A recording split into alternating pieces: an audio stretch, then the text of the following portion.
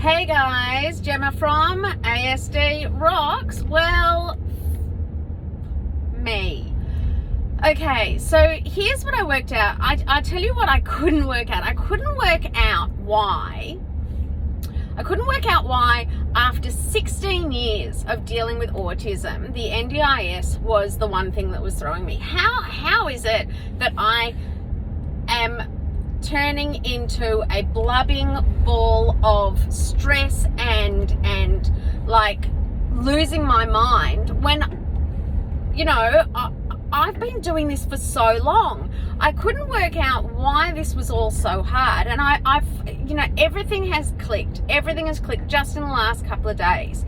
So I was talking to my fabulous therapist Carlo from Clear Thoughts Psychology. Plug. No, seriously, I don't think I could survive without him. So I was talking to him, and I was saying how, you know, when Bo was diagnosed, we had FACHSIA. And so, you know, it was hard enough having the diagnosis, you know, going through the grief, and, you know, you've got this little baby and all that sort of stuff. And then you had to fill out all the paperwork, and, you know, I mean, it was a government funded thing for autistic children, early intervention. I think it only went up to the age of 7 anyway, or you had until the age of 12 to spend it, because they knew that early intervention was not early intervention after the age of 12. So we did that, we got that. We used that, we got speech therapy, we got occupational therapy, we did everything. You've seen everything that I've done. So then FACHSIA finished, and then it turned into HCA, helping children with autism. So then I had to go through and fill out all of that. So changing systems, reports again, and, you know, getting all of the paperwork together, getting approved for HCA, getting the funding through for all the physiotherapy, for the occupational therapy, the speech therapy, all the stuff. Right, did that, got the approval, got the funding, blah, blah, blah. Okay, fine. Right now we've changed to NDIS. So, gone through that, rejected, as you know. And it, you know, I realized that,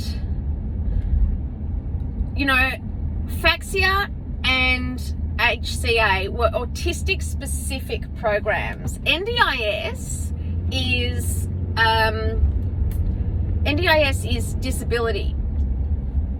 So they have absolutely no concept whatsoever of what is involved in autism. And basically what it feels like is, it's like you're being punched in the face like one of those blow-up dolls, and then up you get, and then you just punch in your face, and then up you get, and you just keep getting punched in the face.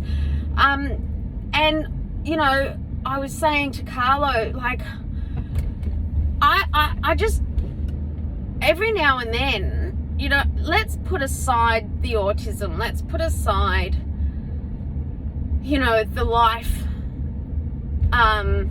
that we live, and then introduce the siblings or partners or lovers or lack thereof, you know, and the difficulties of general everyday day-to-day life, paying bills, you know, doing the grocery shopping, that sort of stuff.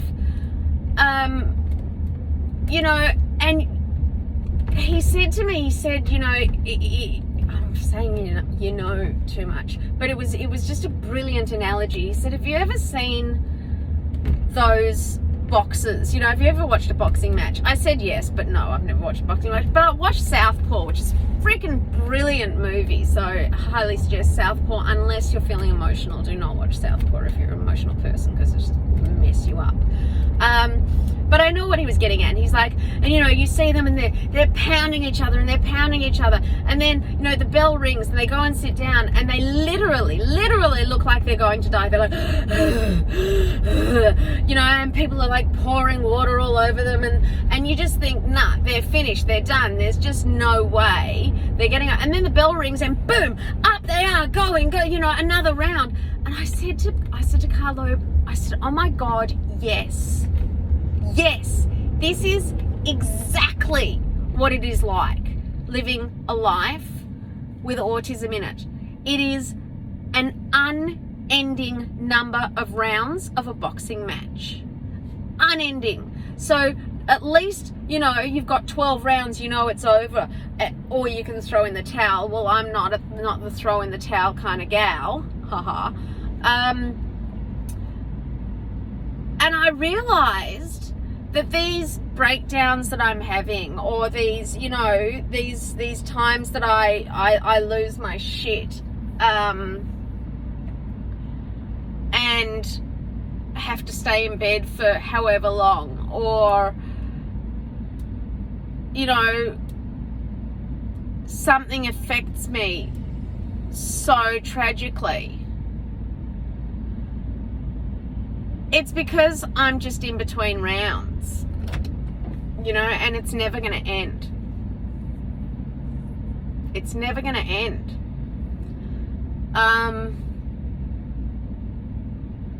It was both elating and depressing, but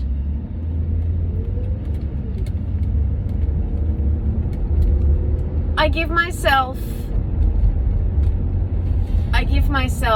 permission in between rounds to, you know, have those breakdowns, spend a day in bed, 2 days in bed, whatever it needs, because, you know, I just can't keep going. But then the bell rings and tomorrow comes. And you have to keep going because you have this child who is depending on you to keep going. So I just had my first ever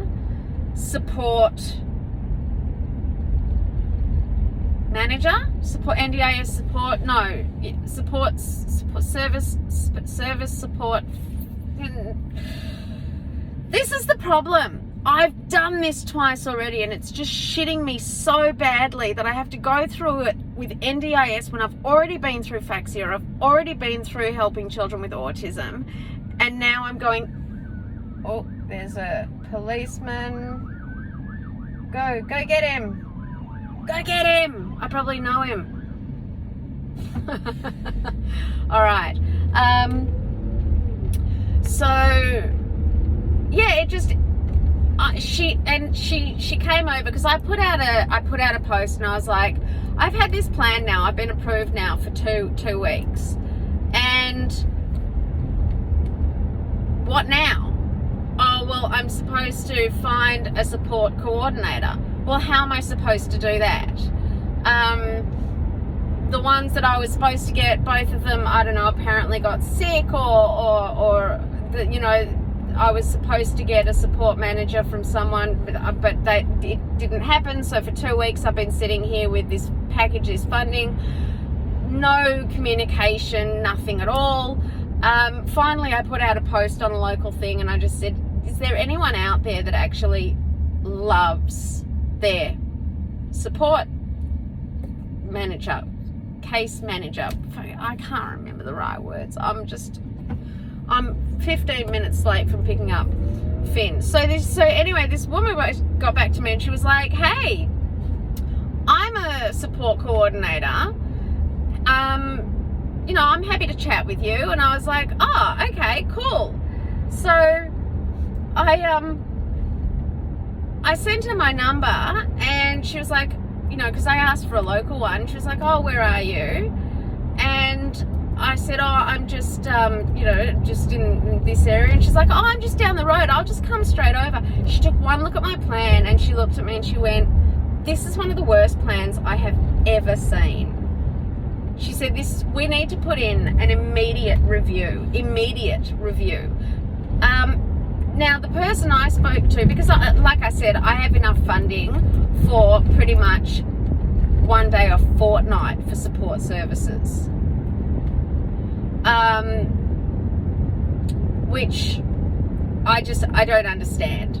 No one understands. Anyway, but I didn't even understand what I got, let alone I didn't understand what I got because it's all broken up into different categories. I needed a translator. I needed someone to translate what this package was. So she sat down and she understands it all. That's what a support coordinator is. She's a goddamn interpreter that tells you, right, you've got this much money for these things, and this is what you can spend it on. You have, apparently in my package, which is one of the worst she's ever seen. How that happened, I don't know, because I was so anal with the reports, it's ridiculous. The reports that I have put in for Bo, like I had the doctor, I had, you know, what allied health whatever's doing. I just don't understand how it got so bad, but I didn't know that it was that bad until this woman came over and she's like, no, we need to fix this now. And I was like, well, how do we do that? I don't know how to do any of this. So now I have to gather up all of my evidence and all of my support again, all of my stuff again, and I have to basically, what do they call it? She had a word for it. You have to, like, review. You have to ask for a review of the review because it's already a review because we got denied. Yay! It's all so much fun. Oh my God. And they're making it so hard. They're making it so hard. And I have done this. I did this with FACHSIA. I did this with HCA. It was a simple matter of, your kid's been diagnosed with autism. Here's the diagnosis, right? Here's your money. Go and get help. Nobody is asking for help that doesn't need help. I mean, you know, it's madness. And she said to me, actually, she said, you know, who helped you who helped you do this through NDIS? And I was like, no one. Like, you know, I got rejected the first time. Then Marcia, I got someone called Marcia from Caring for People, who helped me. I'd already put in the application for review from the rejection because the NDIS fucked up the paperwork when I was on the phone, and it turns out that they put, when I was on the phone, even having given them the date of birth, they put him in for early intervention, which is why he got rejected, because he's too old for early intervention. I could have told you that. He's already had his early intervention. So, I now have a support coordinator. She is absolutely lovely, and I feel like I finally actually have someone on my team. I feel like I can breathe just a little bit. I know that the pressure is on because we've got a certain number of days, like 30 days or 60 days, to put in a review, a request for a review of a review. But yeah, here comes another round. You know, here comes another round. So the bell's just gone off. I've been lying back going, okay, thank God, you know, I've got an NDIS package. I don't understand it. I don't know what it means. I don't know what to do with it or how to use it. And so, and now someone's rung the bell and I've got to get up fighting again. And, you know, I would love to say that, you know, when the next bell rings, the fight will be over. But it won't. It won't.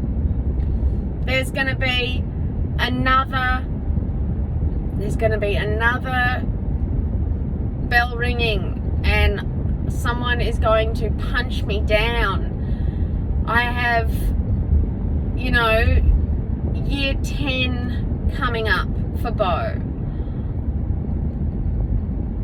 I have so much trauma that I am burying so deep down inside of myself because I don't have the time for self-care.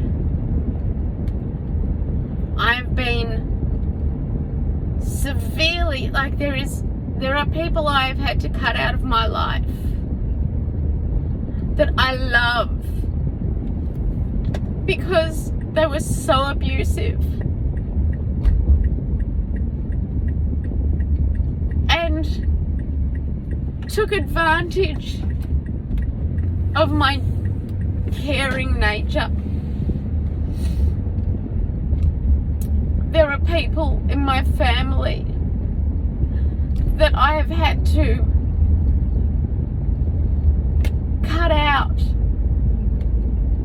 all ties, all connections, because they just don't have any self-awareness. These people that I've had to cut out of my life have absolutely no concept whatsoever that they have done anything wrong. That's the worst part.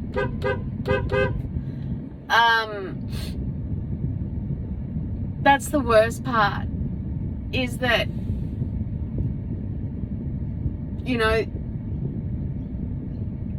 you would hope when someone has hurt you so incredibly badly. We teach our kids to say sorry. Most adults don't even know, aren't aware enough.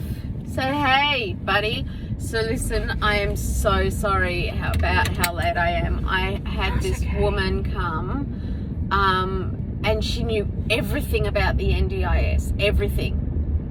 She knew everything. That's a bit scary. It's good. You can take that off in the car now. It's amazing. It's great. It means that for the first time there's someone who's looking after me. I'm not sad because this is a good cry. So cry. It's just so hard. When you get so tired and scared and you just don't know, where it's going to go and if you're doing the right thing. And then you get sort of pushed into this maze of stuff that you don't understand. And, you and I spend our lives supporting people and helping people, whether we know them or not, right? If someone needs help, we help them. We don't ask for anything back except for maybe honesty, truth, or if we don't know them, there's someone sitting out the front of the supermarket that's going through hard times, go in. We'll ask them if they want something to eat. Can I get you a loaf of bread? Can I get you a drink? Sometimes it works and sometimes it doesn't, but we always try and give. We always try and help, and no one's ever done that for me. Yeah. And to have this woman now that she knows, she took a look at Beau's plan, she knows it, she understands it. It's like having an interpreter. Do you know what I mean? And there's someone there that means that, you know, okay, so she looked at it and she said, this is the worst thing I've ever seen in my life. It's really bad. But she knows how to fix it. And so, sorry, baby. It's okay, this is good. And so, yeah, there's someone there that's there for me. That can help me. And, it's a really nice feeling. Yeah. It's a really nice feeling. I know you're there for me always. But by the way, I'm not saying that. I never help you making you tea in the morning. No, exactly. No, I don't mean that at all. I want you to know that thank you, babe. Thank you. There's another representation. Yes, no, you are. God, you're the light of my life. I mean, fuck. I just wouldn't want to live without you. But you know, sometimes you help people, or sometimes, and you know, they just abuse it, or there's people that just don't understand it, or there's people that are not well, and you can only blame yourself. You can't blame them, I guess. But to have found this person is it's a really big deal. So anyway, I have to now get the fuck back up, write reports, get all the reports that I had sent in, which I've sent in now, what? Oh my God, 4 or 5 times. I've sent the reports in 4 or 5 times. Now I've got to send them all to her. So, you know, I mean, these reports. Jesus Christ. Honestly. I mean, honestly. How many times can you send in the same reports? Anyway, I have someone. It's awesome. How are you? How was your day at school? Yes? Because, like kind of your first day at school. Yeah. Sort of. Okay. I'm done. ASD rocks. Sorry, guys, for my blub. Hopefully once this is done, I'll be able to get a chance to actually look at myself, have a bit of self-care. But the bell has rung and I have to rise to it. Oh, this person's going quickly. The bell has rung and I have to rise to it, and I have to ante up, find all those reports, send all those reports in. All right. Mwah. Love you all.